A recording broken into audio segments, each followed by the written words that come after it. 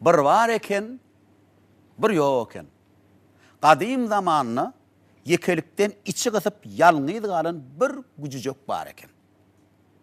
Ol göğünüm açılar deyip ke dağı, ke düze çıkıptır. Yönü hiç yerde de göğünü aram tapmanmış yankı gücüğün. Ay onun halif bolman son, bir gün ol toğuşona doğuşuptur. Toğuşon, ay toğuşon, gel ikimiz dost bolol deyiptir.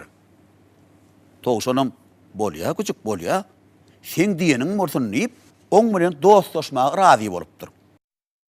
Ondan bular cengelle, gün yaşayança hersi öz eklincinin uğruna çıkıptır. Giyce olsa, ikicigi bilece yatıptır. Özünü yolloş tapan gücücüğün böyle begencine ukus tutmandır. Ol şiiri özünü mekanedinliklerini bıtayık başka hiç kimin ayak sekmeye hakkının yoktuğunu tügürükteki yaşayan hayvanları duydurmak için batıl sesi bilen ürük koyuveriptir. Ananın suyucu uykuda yatan toğuşun korkusunun dirok kasır kusur turuptur da yani gücüğün sesini. Ol yüzüğürü kaçmaya başlaptır. Emma birden yanına oturan gücük bilen dostlaşanının yazına düşüp biraz iyincalıptır. Neyme? Dostun uklap etirka yürüyen. Korkusuna onun yüreğinin yarılmak mümkün ahirenliyiptir.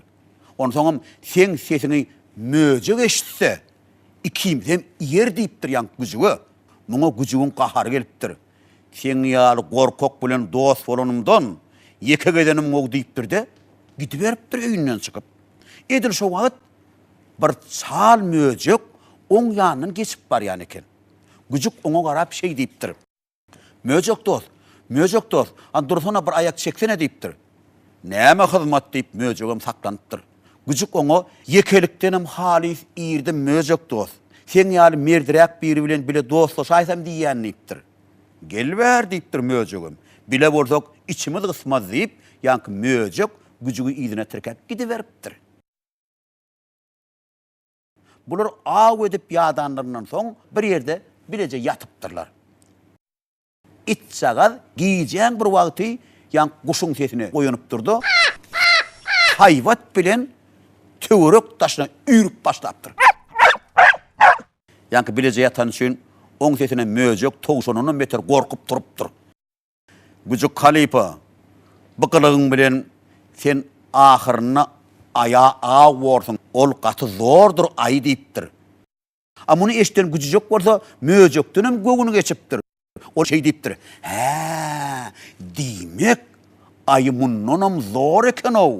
Koğusu ayı bilen dostlaşoyunda men deyiptir de möceği taşlap gidiveriptir.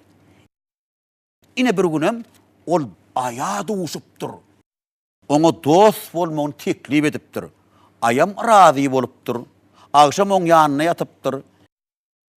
Ayın yanına özünün yönüköy canlarla hilinin nälin bildirecek bolup hafam yankı gücücek batlı ürük koyuveriptir. Ay pahir zıngılıp honnu düşüptür. Ämsem bolup töwerüne seretse herki dostlaşan gücüceği henidem ürüp dur diye. Mene bolmazı olan ay şey deyiptir. Yat birden sesini eşitip adam gelayse ikimizi bir naydadan geçirer deyiptir. Aydan bu sözleri eşten gücücek, canlarla içine in batır adam eken o. Şeyle olmasa ay ondan korkmadı diyen fikri bilen gidiveriptir. Yine görse bir adam odun çapıp durmuş diye. Gücük on yanına varıptır da ona dostlaşmak teklif ediptir. Adamın orta ona şey deyiptir. Baş üstüne gücücek. Asıl sen tüz mana gerek yollaş ekenin deyiptir. Toğuşonu, möceği, aya yaramadık kalın men yüreğimden turuya.